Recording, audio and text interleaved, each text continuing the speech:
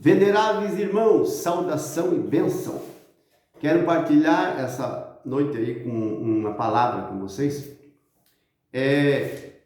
Lucas capítulo 21, a partir do versículo 5.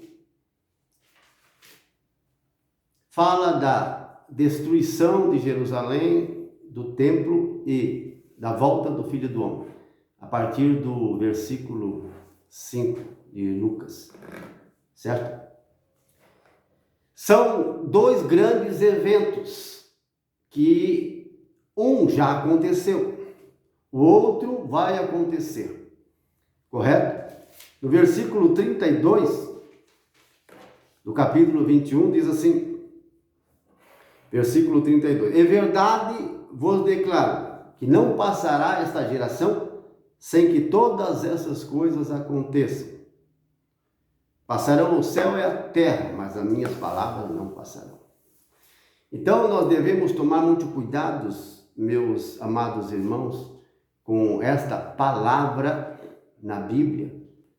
Esta palavra, essa pequena palavra, todos, tudo e todos, essas duas palavras, tudo e todos. Aqui ele diz que aquela geração, quando ele estava pregando, não passaria sem que acontecesse o que ele estava anunciando a respeito da destruição do templo e da cidade de Jerusalém. Mas tem um outro evento que fala da volta de Cristo. Jesus sobre as nuvens do céu, com seus anjos, com grande poder e glória. Correto? E quando ele diz que essa geração não passará, a gente percebe que essa geração realmente ela não passou. Lá pelos anos 70, o imperador Tito, isso já é bem conhecido, os pregadores têm anunciado isso. E é verdade, faz parte da história do povo de Deus. Pelos anos 70, o imperador Tito enviou seus exércitos que destruíram Jerusalém, suas muralhas e o templo. E aquela geração não passou. Mas aqui diz que tudo, todos, você percebe no versículo 2 que diz assim, ó: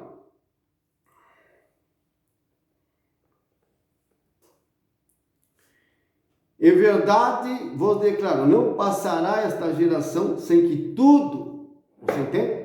Não passará sem que tudo isto se cumpra. Mas tem dois eventos aqui.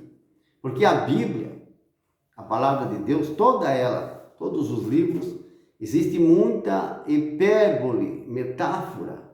Você entende? A Bíblia é como um sonho.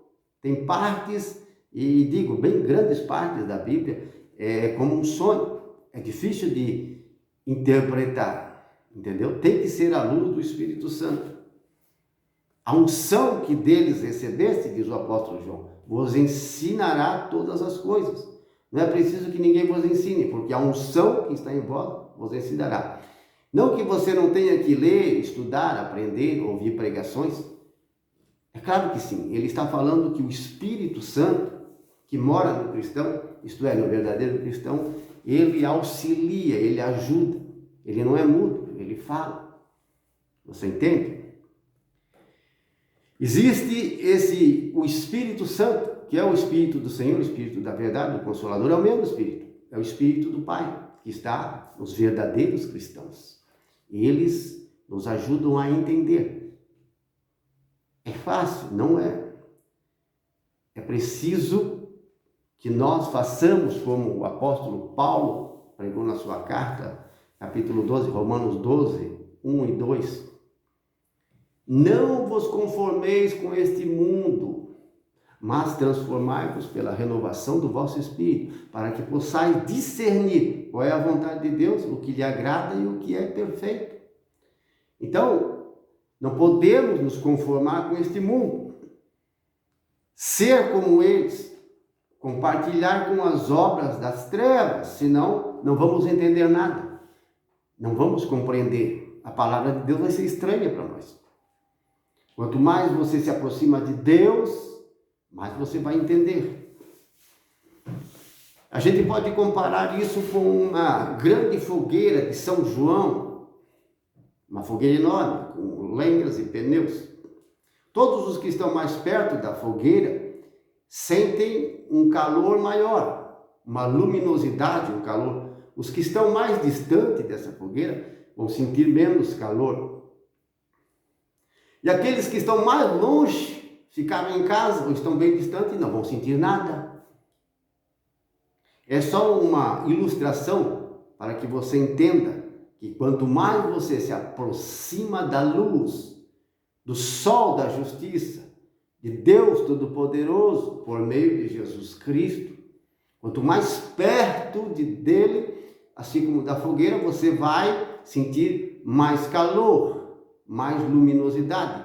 Você vai ser um cristão mais próximo, do lado, junto com Cristo, a fim de que Ele, com o seu Espírito, vos explique as parábolas, as metáforas, as ilustrações, certo? Porque existem passagens, textos muito difíceis. Os próprios discípulos, eles perguntavam a Cristo, quando ele falava em parábolas ao povo, eles também não entendiam. Como eles estavam perto de Deus, da grande fogueira. Então Jesus disse, a vocês é dado entender, compreender os mistérios do reino de Deus. Mas a eles não. Por quê? Porque eles se mantinham longe, com os olhos fechados. Eles tapavam os olhos e os ouvidos para não ouvir. Significa que eles não tinham interesse como os discípulos, que andavam com ele, viviam com ele. Aí mora a importância, aí estava a importância de se purificar, tomar a cruz, renunciar a si mesmo e a tudo e se colocar de pé, caminhando junto com Cristo, perto dele, para que você possa entender melhor a palavra de Deus e não errar tanto. Você entende? Então, voltando aqui nesse texto do Lucas 21, a partir do versículo 5, certo? Fala de dois grandes eventos. Dois grandes eventos. A volta de Cristo e a ruína de Jerusalém nos anos 70. Quando ele estava pregando, não tinha acontecido ainda. Isso veio a acontecer, a se cumprir nos anos 70. E aquela geração não passou, mas Jesus não voltou ainda. Mas ali fala, essa geração não passará sem que tudo isso aconteça. Tudo isso não diz respeito a este outro evento que fala da volta dele. Senão vamos pensar que a palavra não se cumpriu. Porque fala tudo. Sem que tudo isso aconteça. Você entende? Então, essa geração, ela não passou. Geralmente, foi destruído tudo. Aquelas pessoas morreram. Muita gente morreu. Muita gente morreu. Entende? Agora, vamos tratar de um assunto importante. O versículo 34. Eu quero meditar um pouco e fazer um breve comentário a respeito deste versículo 34. Isso vai ajudar muitos cristãos que têm desanimado por causa de dois pecados. Dois. E aqui diz assim, no 34. Velai sobre vós mesmos, para que vossos corações não se tornem pesados, com o excesso do comer, com a embriaguez e com as preocupações da vida, para que aquele dia não vos apanhe de improviso, como um laço cairá sobre todos os que habitam a face da terra. Por isso, vigiai, versículo 36. Vigiai, pois, em todo o tempo e orai, a fim de que vocês possam escapar de todos esses males que vão acontecer e de se apresentar de pé diante do Filho do Homem naquele dia. O versículo 34 fala de 3 coisas. Uma delas é o pecado capital. O 5º pecado capital do catecismo da igreja é o pecado da glutonaria, o pecado da gula. E também fala da embriaguez e das preocupações demais. Vamos tratar de explicar este pecado da embriaguez e o da gula. Muita gente desanimou do caminho de Deus e até vive tropeçando. E essa explicação que eu vou dar vai ajudar você. Tenha certeza disso. Muitos têm pregado e explicado a respeito disso, mas ninguém sabe tudo. Sempre existe alguém precisando de uma palavra certa, na hora certa. E essa palavra pode ajudar você. E você pode ajudar outras pessoas também.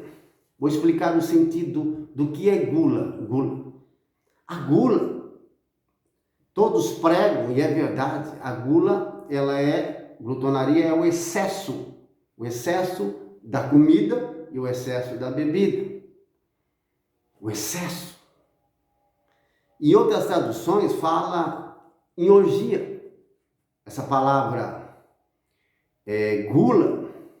glutonaria, ela é trocada pela palavra orgia, que significa, em outra tradução, que significa festa do baco, festanças, bebedeiras e muita carne, muita comida, festa, bagunça, desordem.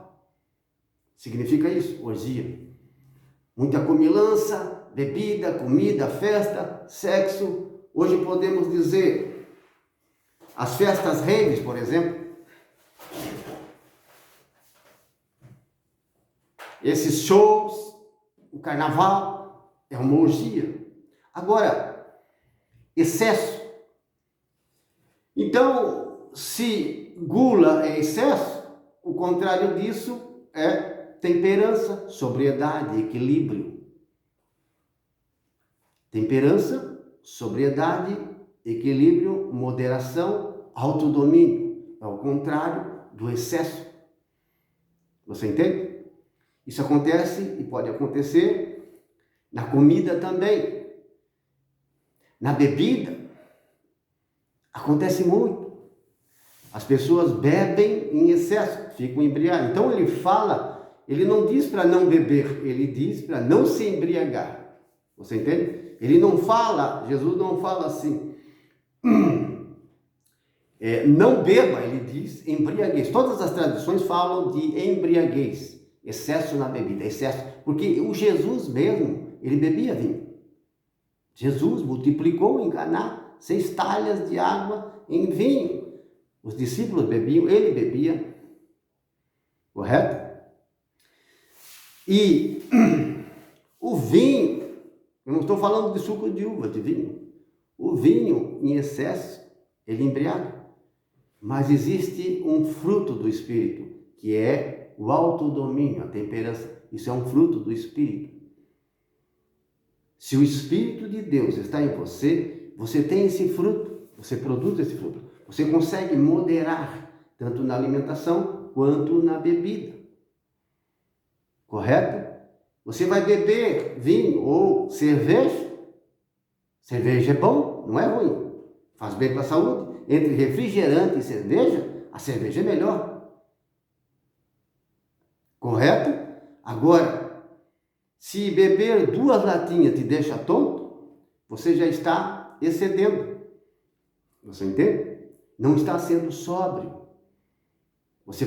Se você tem essa virtude que é o autodomínio, o Espírito de Deus produz essa virtude. Unido ao teu Espírito, te dá autodomínio. Você consegue ser sóbrio e beber uma latinha. Se 2 latinhas não deixam você bêbado, não é excesso. Se 3 deixa, é excesso. Então, o verdadeiro cristão, ele não se embriaga. Mas não é pecado beber. Dizem que é xixi de Satanás, isso é a mentira. Eles dão refrigerante, essa gente bebe refrigerante, que é pior. O refrigerante danifica muito a saúde. Ele danifica.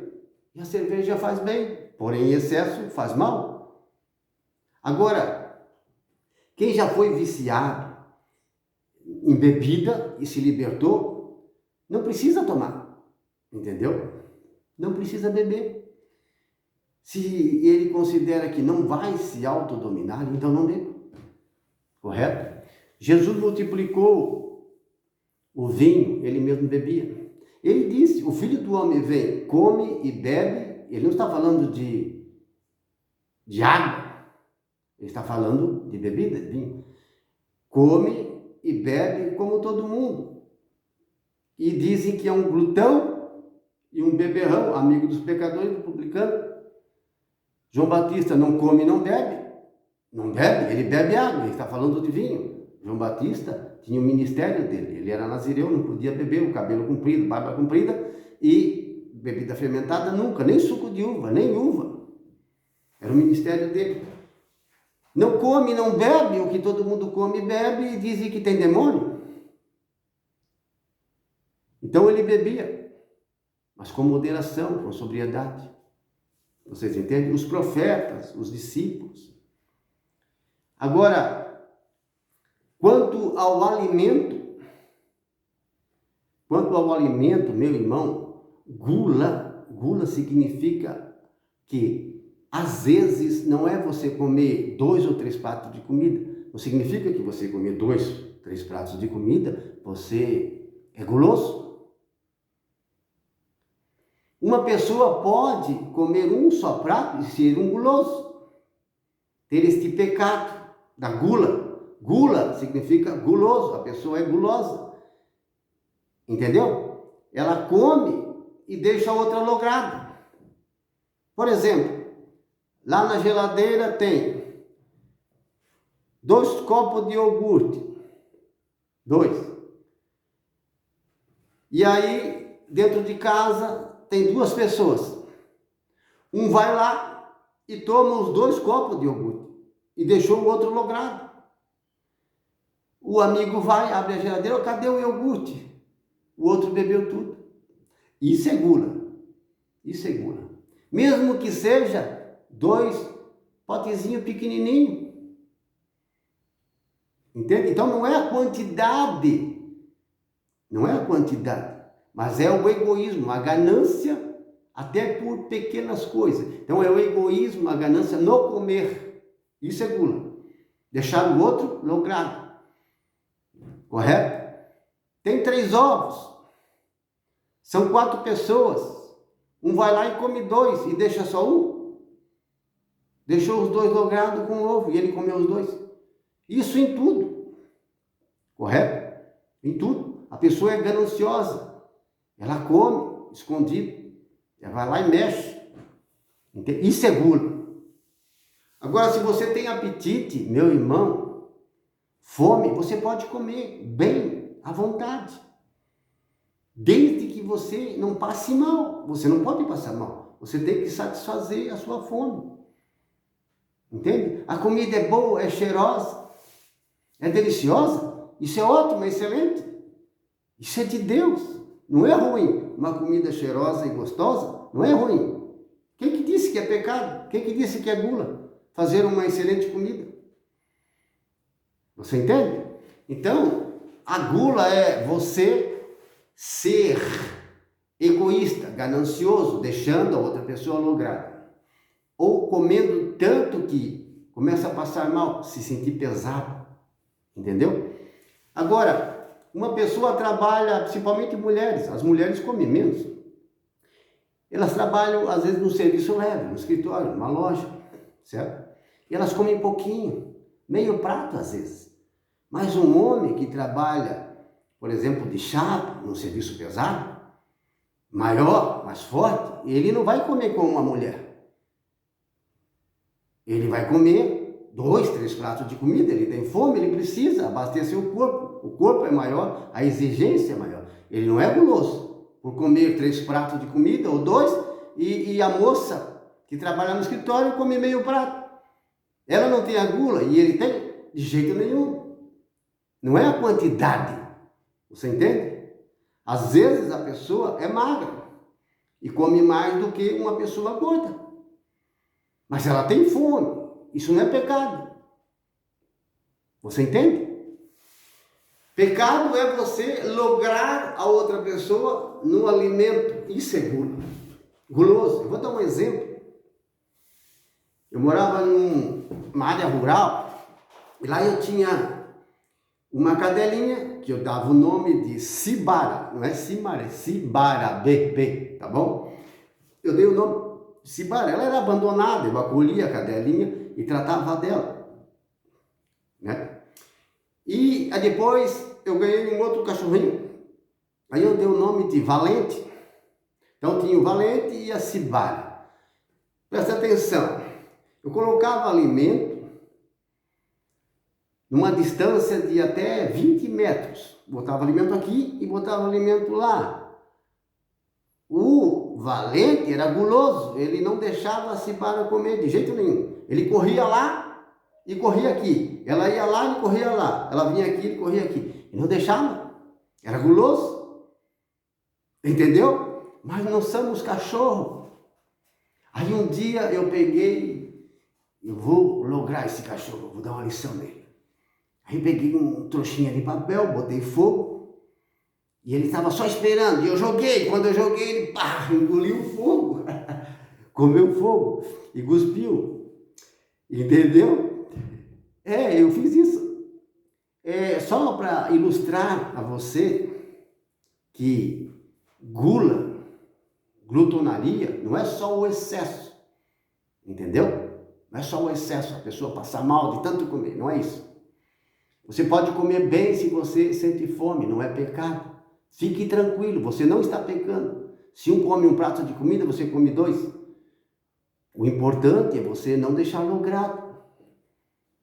Nunca deixar logrado com relação ao alimento. Os teus irmãos, o teu próximo, repartir com o vizinho, com os irmãos, com a visita. Nunca esconder. Quando você esconde, você está sendo guloso. Esconder alimento é gula. Você tende a repartir, porque você é uma pessoa sóbria, equilibrada. Entende? Então, fique tranquilo, não se atormente, não pense que você está pecando contra Deus, e é um pecado grave, não é. Quando você se alimenta bem, você deve se alimentar bem. Agora, se a pessoa ela é uma pessoa já obesa, ela tem uma genética, ou às vezes um distúrbio, e ela nem come tanto assim, mas ela engorda, ou se ela come bastante, e ela é pesada, esse é um conselho que eu lhe dou. Isso não é ruim, você comer bem, bastante, não é ruim, mas pessoas assim que têm essa genética, essa tendência de engordar, tem que fazer, todos têm que fazer, mas principalmente você, que tem obesidade, fazer uma academia, exercitar o corpo, entende? Exercício aeróbico, você tem que fazer. Se você se alimentar bem, treine, entre numa academia, comece a fazer exercício, então você vai queimar caloria, entendeu? Você não consegue deixar de comer bem, então você vai treinar, você vai exercitar o seu corpo, você vai ganhar saúde, vai ficar com um corpo bonito e não está pecando, você não está pecando, não está sendo guloso, entendeu? Esse é um conselho, é algo natural. O nosso corpo precisa também de cuidado. Nós temos um corpo físico e temos um corpo espiritual. Muitos tratam só do corpo físico. Mas nós somos prudentes, nós que somos cristãos, sabemos que temos um corpo espiritual, ele é o primeiro. E o corpo físico carrega o corpo espiritual. O corpo físico tem que estar subjugado, tem que ser escravo do corpo espiritual, da nova criatura que está em você.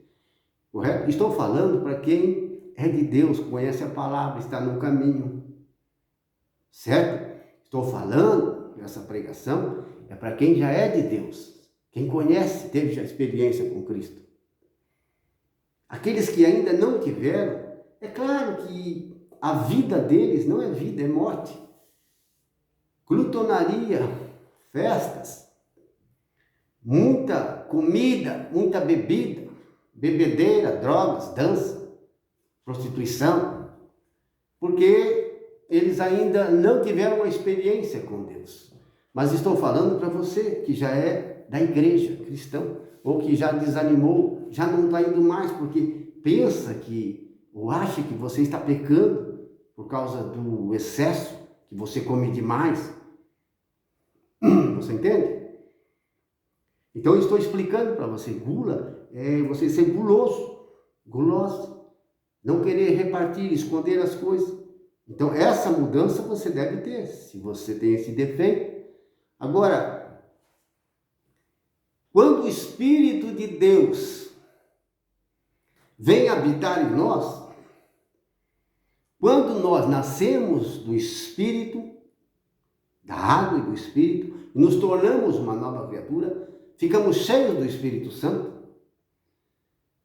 nós então trazemos conosco uma pedra preciosa, uma riqueza.